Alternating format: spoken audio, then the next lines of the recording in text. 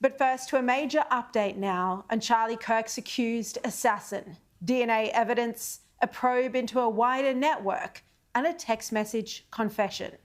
The FBI has revealed compelling details of its hunt to piece together how this political assassination of a rising star took place in broad daylight.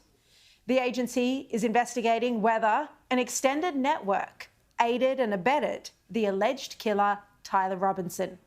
The New York Post reports that authorities are probing whether pro-trans online groups, sexualised animal-obsessed furries, and others connected with Robinson had advanced knowledge of his alleged murderous plans.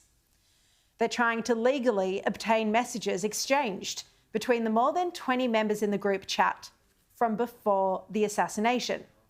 FBI Director Kash Patel has revealed that DNA evidence connecting Robinson to the murder weapon has been collected.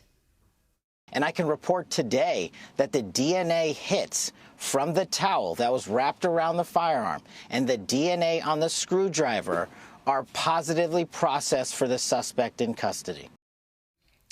Patel also said the alleged killer's family told police that he subscribed to left-wing ideology, particularly over the past 2 years.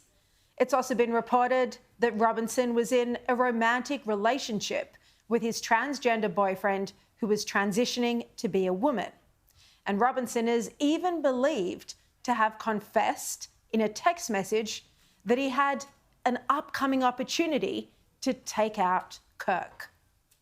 He had a text message exchange, he, the suspect, with another individual, in which he claimed that he had an opportunity to take out Charlie Kirk and he was going to do it because of his hatred for what Charlie stood for.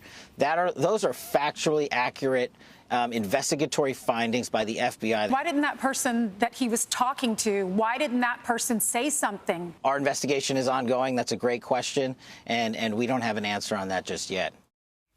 Now, this person could face charges, and they absolutely should face the toughest possible penalty if it does turn out that they knew about the political assassination and didn't raise the alarm. The Deputy FBI Director, Dan Bongiorno, also revealed that Tyler Robinson had an obsession with Kirk. Well, I think it's pretty clear based on the statements of family members, friends, and some of the messaging we have on these digital footprints left behind, that he clearly had some obsession with Charlie Kirk. And that's, of course, Dan Bongino. Now, America is still reeling from the horrific murder, still grappling with a society where many on the far left have celebrated Charlie Kirk's death. No empathy for his young widow and little children, or the fact that his own life was cut short at the age of 31. The left has refused to unequivocally condemn political violence. And now we're seeing senior figures frightened for their own safety, and they're cancelling events.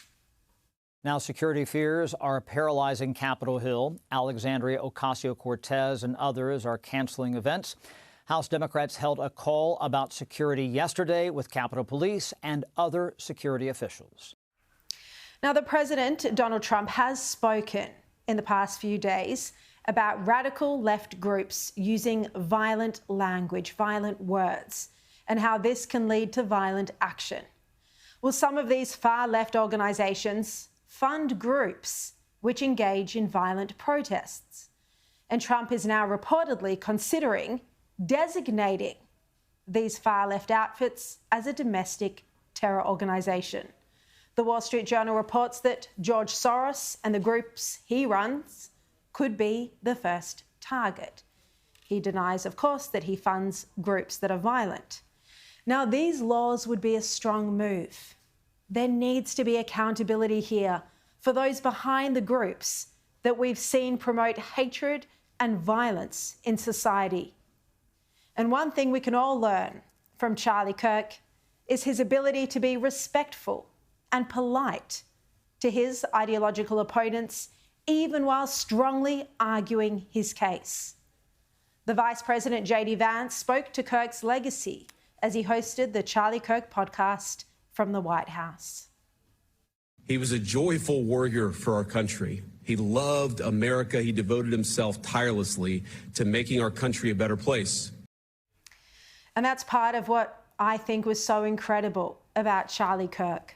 He was passionate and a tireless hard worker, but he was also incredibly optimistic.